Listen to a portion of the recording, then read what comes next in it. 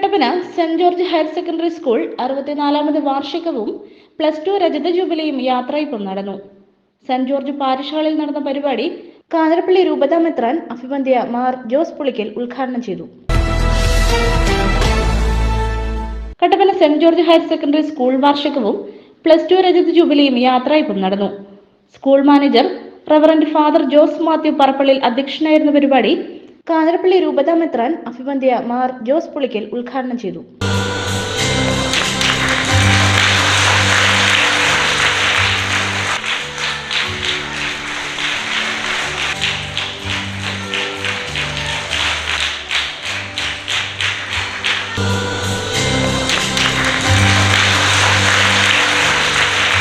ഇതൊരു അഭിമാനത്തിൻ്റെ, ആനന്ദത്തിൻ്റെ അസുലഭമായ ഒരു അവസരമാണ് saint George higher secondary high school വിഭാഗങ്ങളെ സംബന്ധിച്ചിടത്തോളം. സെൻറ്റ് ജോർജ് ഹൈസ്കൂളിൻ്റെ 64ാമത്തെ വാർഷികം ആഘോഷിക്കുന്നു. ഹയർ സെക്കൻഡറിയുടെ രജത ജൂബിലി ആഘോഷങ്ങൾ നടക്കുന്നു.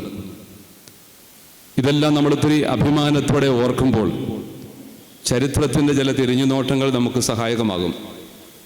ഹൈറേഞ്ചിൻ്റെ കുടിയേറ്റ കാലഘട്ടങ്ങളെക്കുറിച്ച് നമ്മൾ ഓർക്കണം. പതിറ്റാണ്ടുകൾക്കപ്പുറത്തുള്ള കുടിയേറ്റത്തിൻ്റെ ബൃഹത്തായ അനുഭവങ്ങൾ, അർത്ഥപൂർണമായ വിയർപ്പ് ചിന്തലിൻ്റെ, രക്തം ചൊരിയലിൻ്റെ, കണ്ണുനീരിൻ്റെയൊക്കെ വേദനിക്കുന്ന അനുഭവങ്ങൾ. നമ്മുടെ പൂർവികരൊക്കെ ഈ പ്രദേശത്തേക്ക് നിയമാനുസൃതം കുടിയേറിയവരാണ്. അങ്ങനെ കുടിയേറ്റത്തിൻ്റെ തുടർച്ചയാണ് ഈ നാടിൻ്റെ പുരോഗതി.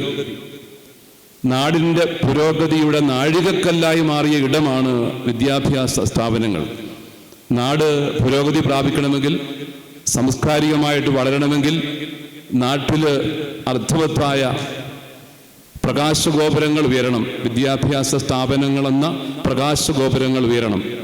അങ്ങനെ ഉയർന്നു നിൽക്കുന്ന പ്രകാശഗോപുരങ്ങളിൽ ഏറ്റവും തേജസ്സോടെ നിൽക്കുന്ന ഒന്നാണ് ഇടുക്കിയുടെ അഭിമാനമായ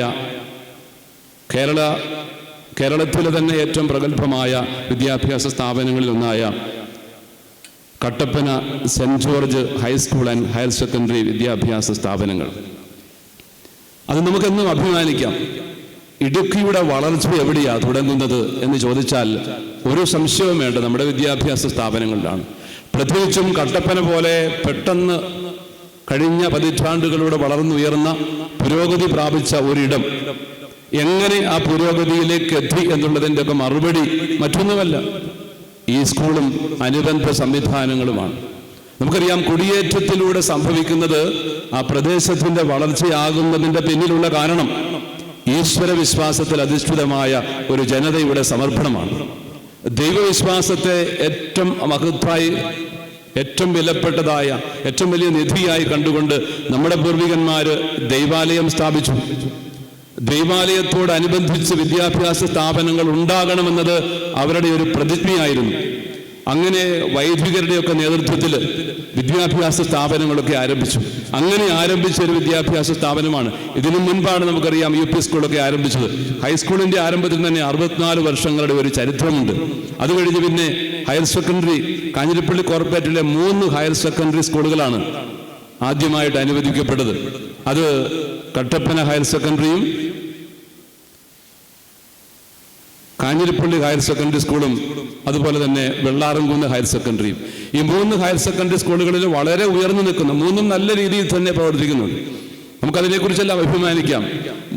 ഒരു ഞെട്ടിൽ വിരിഞ്ഞ 3 പുഷ്പങ്ങൾ പോലെ പരസ്പരം അതിശയിപ്പിക്കുന്ന സൗന്ദര്യത്തോടുകൂടി 3 പുഷ്പങ്ങളും അങ്ങനെ വിരിഞ്ഞ് ശോഭിക്കുന്നുണ്ട്.